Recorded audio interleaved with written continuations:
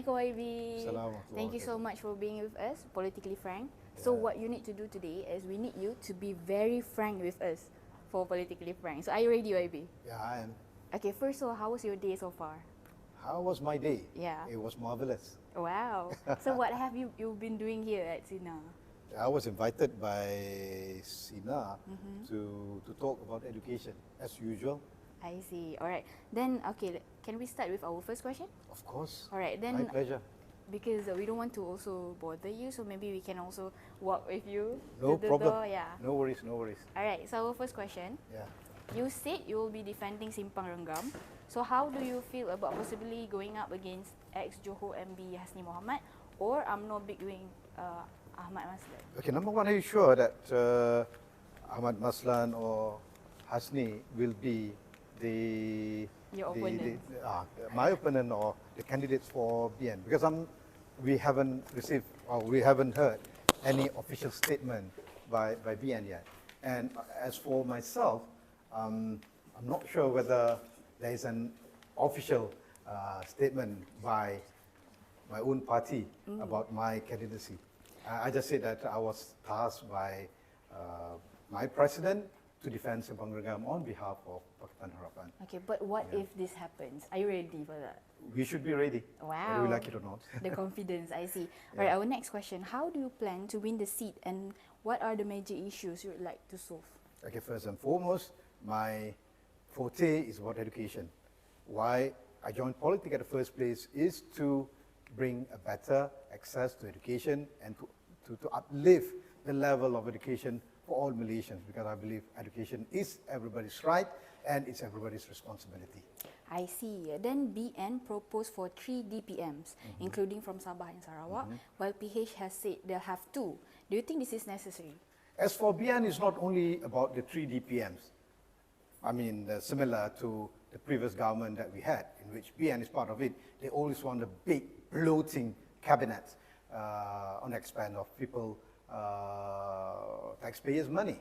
And I don't think that is very responsible. As for Pakatan Harapan, I think everybody heard and everybody knew that our candidate for the Prime Minister has announced that the first thing he would do is to cut off the salary of the Prime Minister and all ministers, and he's going to reduce the size of the cabinet, because we believe that people's welfare and people's well-being is our utmost priority and not the well-being of the ministers. I see, a very good point, YB. Alright, so people are also facing political fatigue despite J15 being around the corner. So what would you say to them to go out and vote on November 19?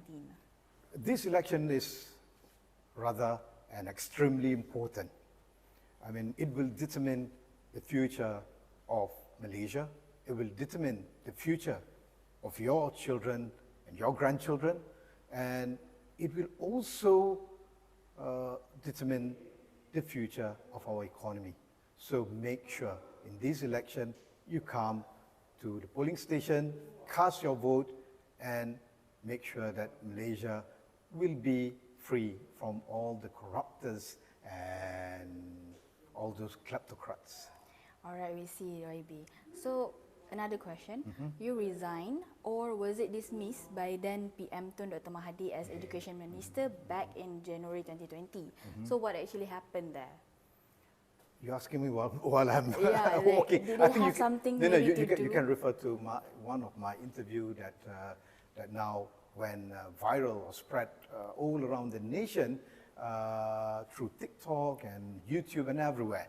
I explained in length about it, but in conclusion, I was asked by the then Prime Minister to give back the position to him, because eventually he became the Minister of Education, he himself, that he always wanted to be since the beginning, but people did not allow him. I see. All right, then we'll make sure to check out the video. Yeah, please do. Look at the video, look at the interview. I did respond to the question in length. All right, nice. So another question, as soon after the Sheraton move, why did you choose to join Tun M's Pejuang party? Did I? Because you left Pejuang soon after as well. No, Pejuang was not established yet then. I mean, we were kicked out. I mean, 6 of us from Bersatu. Sadiq established his own party, and the five of us are still discussing on what's next. And Tun M and the rest proposed a new party. So they decided not to be part of Pakatan Harapan, whereas me myself proposed that we should be with Pakatan Harapan, because when we won the election, we won even our seat because of Pakatan Harapan's vote. And it is very, I'm not sure, it's very unwise and unprofessional for us to leave Pakatan Harapan just like what our former party did. So, but they disagreed. They never want to be attached. They never want to be part of Pakatan Harapan. Whereas I decided to remain in Pakatan Harapan. So I chose to be an independent without any party, but part of Pakatan Harapan for about a year and a half. Yeah, because I believe that I should remain with Pakatan Harapan. Noted, YB. Then, because people have also been saying that we need young leaders now. So, who are the top 5 young politicians we have to look out for across all parties, race and gender? Your top 5. Top 5. Now, I couldn't have anybody in my mind, but people can decide. They can see. It's not only about being young, but also being vision, being a person with vision, a person with integrity, a person that has been proven through his track record. And I think the most important part is to have a big heart which can embrace all Malaysians. I see. So, okay, finally a question about education. So, as the former education minister, since Undi 18 has been implemented in the country, so it raised the need for politics to be introduced and included in the student syllabus in school. Agree, so, totally what agree. do you think of this? I think we have started it. Wow. During my time in 2019, we have introduced Pendidikan Civic, in which part of the Pendidikan Civic, part of the Pendidikan Civic was the political education. And we have worked together with SPR, then was headed or was led by the current Speaker of Dewan Rakyat, Azhar Harun, Tan Sri Azhar Harun, to organize a lot of programs and awareness at schools. But unfortunately, with the change of government, I didn't see that happen. And furthermore, if you notice, I also produced a comic called Undi 18. Yeah. So that's part of my role that I think the least I could do, because I'm no longer in the ministry, I'm no longer in the government, but the least I could do is produce something to educate people, produce a comic, and hopefully that all Malaysians and all students and everybody can read my comics in guiding them or in educating them about their rights and responsibility towards their country through the election process.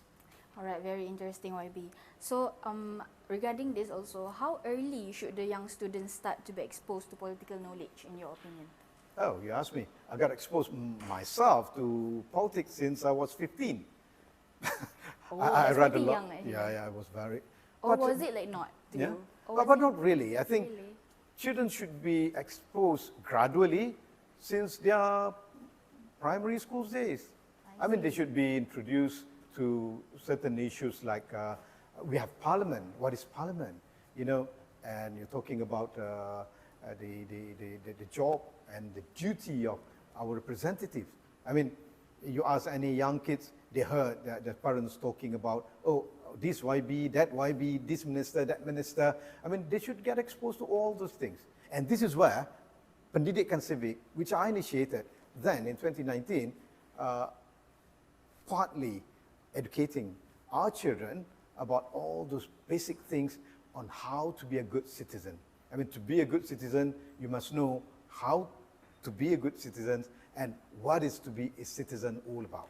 I see. All right, so we have actually come to our final question. Yes, please. Thank you very much. Yeah, so what motivates you to keep on fighting?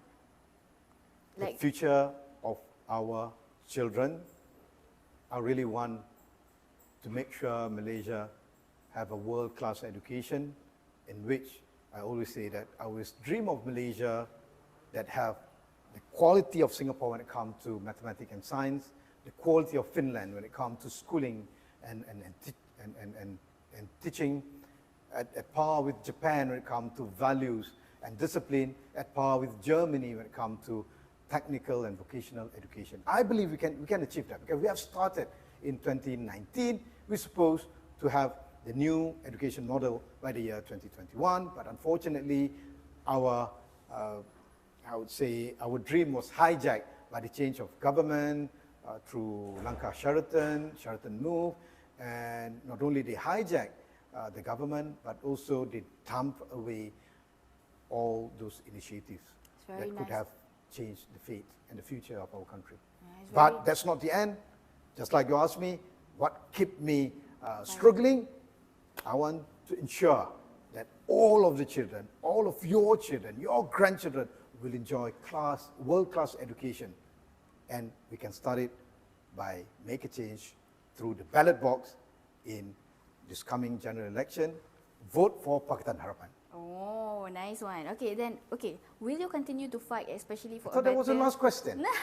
Because when you mentioned that, it kind of like piqued our interest to like ask this one final question. So I would expect an endless last question from no, you. No. Okay, this is the final last question. Okay. Final one. Okay, Final will you last continue question. to fight, especially for a better education system, if you lose the A15 and is no longer a member of parliament? I still remember during my farewell speech at the Minister of Education, I said wherever I am, I will continue the struggle for education, for your children, and I think that's part of my oath to myself. I see. So nice to meet you today. Nice YB. meeting you too. Like, it has already come to the end. We're Yeah. like pretty sad to see you go. Oh, But thank you. so much for being with us in Politically Thank Frank. you for asking me all those questions. Thank you so much. Okay. We really love your insights and your answers for our Okay, questions. thank you. So we will escort you to the door. YB. Hasta la vista. Thank you so much. Okay, bye. All right, bye.